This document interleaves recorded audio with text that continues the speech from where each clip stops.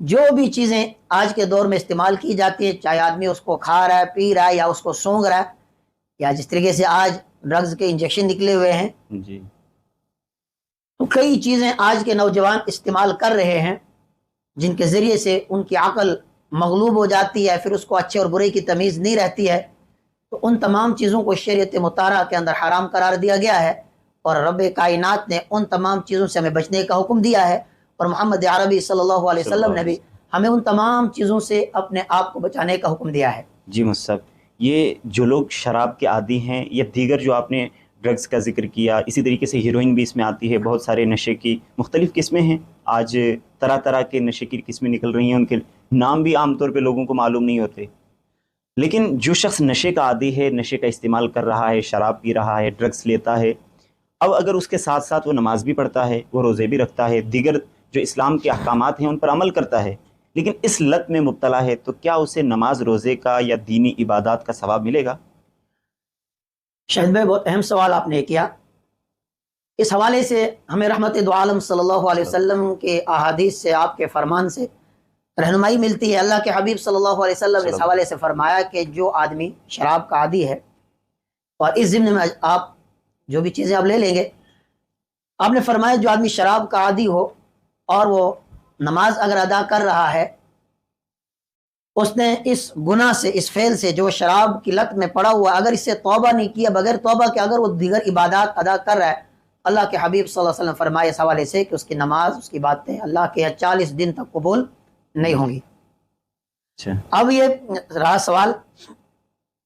کہ جو آدمی اس لت کے اندر مبتلا ہے تو کیا اس کو اس عبادت کا ثواب ملے گا؟ تو یہاں پر واضح بتایا گیا کہ 40 دن تک اس کی عبادتیں قبول نہیں ہے. محدثین نے اس حوالے سے لکھا کہ جو ذمہ تھا اس کے اوپر، مثلا فرض نماز اس کے ذمہ تھی، اس نے وہ ادا کر لی، وہ ذمہ ساقط تو ہو گیا، لیکن اس پر جو اللہ کی طرف سے اجر و ثواب ملنا تھا، اس اجر و ثواب سے یہ آدمی محروم ہو جائے گا جب تک نہ یہ اس فعل سے، اس گناہ سے توبہ نہ کر لے. اللہ کے حبیب نے فرمایا کہ اگر اس نے توبہ کر لی اس فعل سے، وہ شراب کے اندر مبتلا تھا، نشے کی کوئی چیز وہ استعمال کر رہا تھا، اس سے توبہ اس نے کر لی، اللہ تبارک و تعالیٰ پھر اس کی عبادتوں کو قبول بھی کرے گا اور اس پر اس کو اجر و ثواب بھی ملے گا. جی. اب اگر کوئی نوجوان ایسا ہے جو اس نشے کا عادی ہے اور وہ آپ کو سن رہا ہے، آپ اس کو کیا نصیحت کریں گے؟ چونکہ یہ ایسی لت ہے جو انسان کو دیمک کی طرح اندر سے کھوکھلا کرتی ہے، جو اس کی صحت کو بھی متاثر کرتی ہے، اس کے دین کو بھی خراب کرتی ہے، یعنی دنیاوی اخروی دونوں نقصانات کرتی ہے. تو آپ اسے سمجھانے کی کوشش کیجئے، نصیحت کیجئے. آج کے اس پروگرام میں اپنے نوجوان بھائیوں سے اور اپنی بہنوں سے یہی گزارش کروں گا کہ اللہ تبارک و تعالیٰ نے آپ کو زندگی کا ایک قیمتی تحفہ دیا ہے. اللہ نے بے شمار نعمتوں سے نوازا ہے. اللہ نے عقل سلیم دی ہے، یہ اللہ کی بہت بڑی نعمت ہے. آپ اس انسان کو دیکھ کر عبرت حاصل کر لیا کریں جس کی عقل کام نہیں کرتی ہے، اور پھر وہ کس طریقے سے نالیوں میں پڑا ہوا ہوتا ہے، راستے پہ پڑا ہوا ہوتا ہے، اس کو کوئی ہوش نہیں ہوتا، نہ اس کو صحیح کی تمیز، نہ اس کو غلط کی تمیز. اور اسی عقل کو وہ جو اللہ نے ہمیں ایک قیمتی تحفہ دیا ہے، ان نشاور چیزوں کے ذریعے سے اس کو ہم ختم کر دیتے ہیں.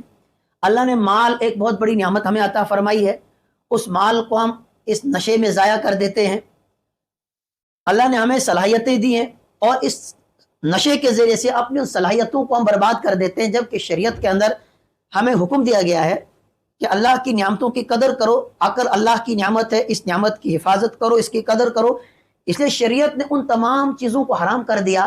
منع کے ان چیزوں سے جن کے ذریعے سے انسان کی جسمانی صحت پر اثر پڑتا ہو یا انسان کے اخلاق پر، اس کی روح پر اس کا اثر پڑتا ہو. ان تمام چیزوں کو حرام قرار دیا گیا، ان سے بچنے کا حکم دیا گیا کہ ان کی وجہ سے اگر تمہاری صحت متاثر ہو جاتی ہو یا تمہیں روحانی نقصان پہنچ سکتا ہو، تمہارے اخلاق ان چیزوں سے بگڑ سکتے ہو، تو ان چیزوں سے دور رہنے کا حکم دیا گیا اور اپنی عقل کی حفاظت کا حکم دیا گیا. عزت اللہ نے دی ہے، یہ اللہ کی بہت بڑی نعمت ہے. لیکن جب ایک نشاور آدمی نشہ کرتا ہے، اس کے بعد اس کو کوئی فرق نہیں پڑتا ہے وہ کیا بک رہا ہوتا ہے، کسی کو گالیاں دے رہا ہے، وہ کہیں نالی کے اندر پڑا ہوا، کہیں راستے پہ گرا پڑا ہوا ہے، اور پھر اس کو ماں بہن کی کوئی تمیز نہیں رہتی ہے. وہ جو اللہ نے اس کو عزت دی تھی، اس نے خود اپنے آپ کو ذلیل کر لیا. تو اپنی عزت کی آپ حفاظت کریں. مال اللہ نے دیا ہے، اور کتنے گھر ہم نے اجڑتے دیکھے جو کروڑ پتی تھے، لیکن جب اولاد نشے کے اندر لگ گئی یا خود نشے کے اندر لگا اور پھر ان کے مکان بھی ہم نے بکتے ہوئے دیکھے، ان کی گاڑیاں بکتی ہوئی دیکھی، یہاں تک کہ پھر نشہ اور جو لوگ تھے جو نشائی تھے انہوں نے پھر اپنی بہنوں تک کا سودا کر دیا، اپنی بہنوں کی عزتیں تک انہوں نے بیچی. اور یہ آج کے اس معاشرے میں یہ سب کچھ ہو رہا ہے. تو اس لیے اللہ نے آپ کو اتنی قیمتی زندگی دی ہے، اپنی زندگی کے ساتھ آپ اس طرح نہ کھیلیں. اپنی عقل کی بھی آپ حفاظت کریں، اپنی جان کی، اپنی صحت کی حفاظت کریں. اور اسی نشے میں آ کر پھر انسان کا ایمان بھی چلا جاتا ہے. آپ اپنے اس ایمان کی بھی حفاظت کریں. اس لیے زندگی بہت مختصر ہے، اس طرح آپ اپنی زندگی کو برباد نہ کریں. ہوتا کیا ہے کہ آدمی شروع میں جب چھوٹا کوئی نشہ لینے لگتا ہے، آدمی بیڑی سگریٹ لے لیتا ہے اور دوستوں یاروں کے ساتھ ہوتا ہے، وہ مذاق مذاق میں لیتا ہے. وہ سوچتا ہے چلو کیا ہوگا، ایک دو بار جب وہ لیتا ہے پہلے وہ سگریٹ کا عادی ہو جاتا ہے، اس کے بعد پھر آہستہ آہستہ وہ ایک ایک قدم آگے بڑھتا ہے، پھر وہ چرس پینے لگتا ہے، پھر وہ افیم، اور پھر وہ طرح طرح کے، یہاں تک کہ پھر وہ ڈرگز کی انجیکشن لینے لگتا ہے. وقتی طور پر اس کو یوں لگتا ہے کہ مجھے ایک سکون سا مل رہا ہے، لیکن اس کو نہیں یہ معلوم کہ یہ سکون مجھے کہاں تک پہنچا ہے. وہ تو ظاہری، جب تک وہ نشے کا اثر اس کے اوپر رہتا ہے تب تک وہ عجیب قسم کی غنودگی اپنے اندر محسوس کرتا ہے، اور پھر یہ انسان ڈپریشن کی طرف چلا جاتا ہے. اور جاتے جاتے پھر ایک وقت ایسا آتا ہے کہ یہ نشہ اس انسان کی جان لے لیتا ہے. اور کتنے نوجوانوں کو ہم نے دیکھا کہ نشے کے انجیکشن لگاتے لگاتے سوئیاں ان کے جسم میں لگی ہوئی تھی، وہ اس دنیا سے چلے گئے. اب آپ خود بتائیں کہ نتیجہ انسان کے لیے کیا نکلتا ہے، اور پھر وہ ساری زندگی اپنے ماں باپ کو دکھ دے کے چلا جاتا ہے. تو اس لیے ضرورت اس وقت اس چیز کی ہے کہ آپ بری صحبت سے اپنے آپ کو بچائیں. یہ چیزیں بری صحبت سے انسان کے اندر آ جاتی ہیں، اور معاشرے کے اندر اس وقت یہ چیزیں جگہ جگہ ہر چوک اور چوراہے میں پھیلی ہوئی ہیں.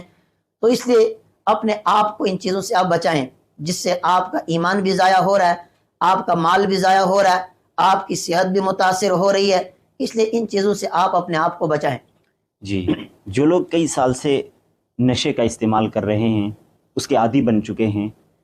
کیا ایک ارادہ کرنے سے ہی ان کے لیے یہ آسان اور ممکن ہوگا کہ وہ نشے کو بالکل ترک کر دیں اور چھوڑ دیں، یا پھر اس کے لیے کوئی دینی و روحانی خاص طریقہ ہے جو ان کے لیے اس عمل میں مددگار ثابت ہو سکتا ہے اور آسانی سے وہ نشے سے بچ سکتے ہیں؟ دیکھیے شاید بھائی ایک ارادہ بھی بہت ضروری ہے، لیکن اس کے لیے ضروری یہ بھی ہے جو چیز اس کو مددگار اور معاون ثابت ہوگی کہ کسی اللہ والے کے ساتھ اپنا رابطہ قائم کر لیں. جی، اصلاحی تعلق قائم ایک آپ اپنا اصلاحی تعلق جب کسی کے ساتھ جوڑیں گے، ایک تو ہمیشہ اس کی دعاؤں میں آپ رہیں گے، اور اس سے آپ کو صحیح رہنمائی ملے گی، وہ آپ کے دل کی صحیح اصلاح کرے گا. اس کے لیے ہمارے سامنے نمونہ آپ دیکھیں، جس دور میں قرآن کریم نازل ہو رہا ہے، جی، اور جو لوگ اس کے پہلے مخاطب تھے جن کو قرآن کریم خطاب کر رہا تھا، جب یہ شراب کی حرمت کے تعلق سے جو آیات نازل ہوئی اور کس ترتیب کے ساتھ کہ پہلے اس کی قباحت کو بیان کیا گیا، یسألونک عن الخمر والمیسر قل فیہما اثم کبیر ومنافع للناس، جس میں بتایا گیا کہ لوگ آپ سے شراب کے بارے میں پوچھتے ہیں، آپ ان سے کہو کہ اس کے اندر گناہ ہے. اور آہستہ آہستہ لوگوں کے دلوں کے اندر اس کی نفرت بٹھائی گئی، اور اللہ کے نبی صلی اللہ علیہ وسلم نے کس طرح ان لوگوں کا مزاج بنایا جن کے گٹھی کے اندر شراب بھری ہوئی تھی، یعنی جن کی کوئی بھی مجلس شراب سے اور ان نشاور چیزوں سے خالی نہیں ہوتی تھی. کوئی فنکشن ہو، کوئی پارٹی ہو، وہ تب تک مکمل نہیں ہوتی تھی جب تک کہ اس میں شراب اور یہ ساری چیزیں نہ چلیں. ان لوگوں کو اللہ کے نبی صلی اللہ علیہ وسلم نے اس لت سے نکالا، اس بری عادت سے باہر نکالا. اللہ کے نبی صلی اللہ علیہ وسلم نے ان کے دلوں کے اوپر محنت کی، ان کو ان کی آخرت یاد دلائی، ان کو ان کی قبر یاد دلائی، انہیں فکر دلائی. اور پھر وہ وقت آیا جب قرآن کریم کی حرمت واضح طور پر آ گئی، اس میں کہا گیا کہ شراب اب تمہارے اوپر حرام ہے، یہ شیطانی عمل ہے، فاجتنبوہ، اس سے بچو، اپنے آپ کو بچاؤ. اور پھر کیا حال تھا، پھر وہی لوگ جو شراب کے عادی تھے، جن کی گٹھی میں شراب بھری ہوئی تھی، انہوں نے پھر اسی وقت اپنے وہ سارے مٹکے توڑ دیے، اور پانی کی طرح مدینہ کی گلیوں کے اندر شراب بہنے لگی. جہاں ایک آدمی نے شراب ہاتھ میں لی ہے، جام لیا ہوا ہے، منہ کے قریب کیا، اس کے کانوں میں آواز پڑی کہ شراب اب حرام ہے، اس نے یہ نہیں سوچا کہ آخری بار پی لوں گا اب اس کے بعد چھوڑ دوں گا، نہیں، بلکہ اس نے وہیں پر وہ گلاس چھوڑ دیا. وہ بھی مشہور ہے کہ وہ حضرات جو اس کی تجارت کرتے تھے، باہر سے شراب لاتے تھے، فروخت کرتے تھے، اس لیے کہ حرمت کا حکم ابھی آیا نہیں تھا، ابھی مدینے کے باہر ہیں، اور کروڑوں روپے کی مالیت کی شراب لائی ہے. جب پتہ چلا کہ اب تو قرآن اترا ہے، شراب کو تو حرام قرار دیا گیا ہے، انہوں نے وہ ساری کی ساری شراب کے مٹکے وہی توڑ دیے. پھر انہوں نے وہ اپنے ساتھ نہیں لایا، اپنے کروڑوں روپے کا نقصان کر دیا. وہ رہنمائی ان کو کہاں سے ملی؟ کون کہہ سکتا تھا کہ وہ معاشرہ، جس معاشرے کے اندر ان کی گٹھی کے اندر شراب بھری ہوئی ہے، نشہ بھرا ہوا ہے، کہ وہ اس چیز سے باہر آ جائیں گے؟ لیکن جب انہوں نے اپنا تعلق اللہ کے نبی صلی اللہ علیہ وسلم کے ساتھ جوڑا، جب اللہ کے حبیب صلی اللہ علیہ وسلم نے ان کی اصلاح کی،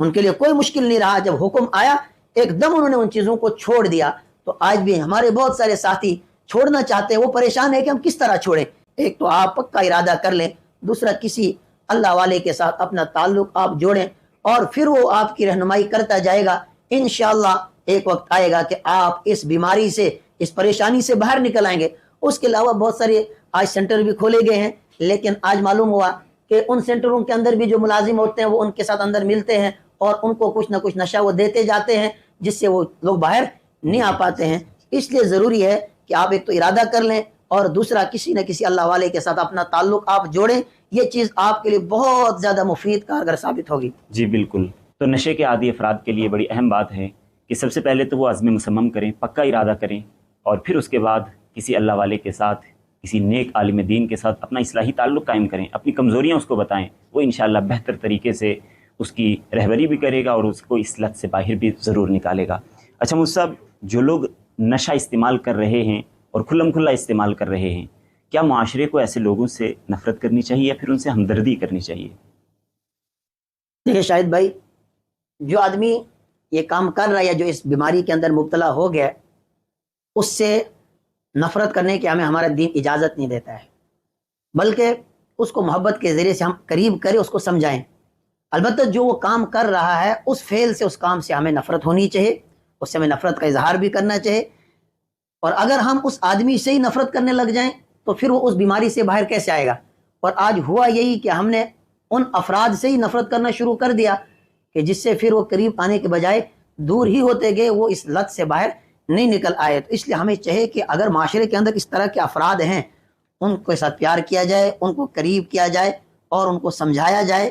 اور ان کو اس چیز کے نقصانات سے آگاہ کیا جائے، اور ہمیں فکر ہونی چاہیے کہ ہم کس طرح معاشرے کے افراد کو اس بیماری سے باہر لائیں۔ وہ بیچارے آنا چاہتے لیکن وہ اس میں پھنس چکے ہیں، وہ نکل نہیں پا رہے ہیں۔ تو اس لیے ہم نے کوشش کرنی ہے، ایک تو اللہ سے دعائیں بھی مانگنی ہے ان کے لیے، اور دوسرا پھر محنت اور کوشش کسی نہ کسی طریقے سے ہم ان کو اس بیماری سے باہر لا سکیں۔ جو شراب پیتا ہے یا دیگر نشہ استعمال کرتا ہے، اسی حالت میں اگر اس کی موت ہو جاتی ہے، جیسے کسی نے شراب پی، ٹرک کے نیچے آ گیا، یا کوئی اور اس کے ساتھ اس دوران حادثہ ہو گیا، یا پھر اس کے علاوہ بھی اگر اس ٹائم نشہ نہیں کیا تھا لیکن اس کی موت ہو جاتی ہے، تو ایسے لوگوں کے لیے شریعت کا کوئی الگ حکم ہے کہ ان کے لیے نماز جنازہ الگ ہو یا نہ ہو، پڑھی جائے یا نہ پڑھی جائے، یا پھر ان کو الگ قبرستان میں دفن کیا جائے، یا پھر وہی حکم ہے جو عام لوگوں کے لیے ہے؟ نہیں، دیکھیں شاہد بھائی، اس میں وہی حکم ہے جو عام لوگوں کے لیے، اس کی نماز جنازہ پڑھی جائے گی، اور وہ ایمان والا ہے، جی،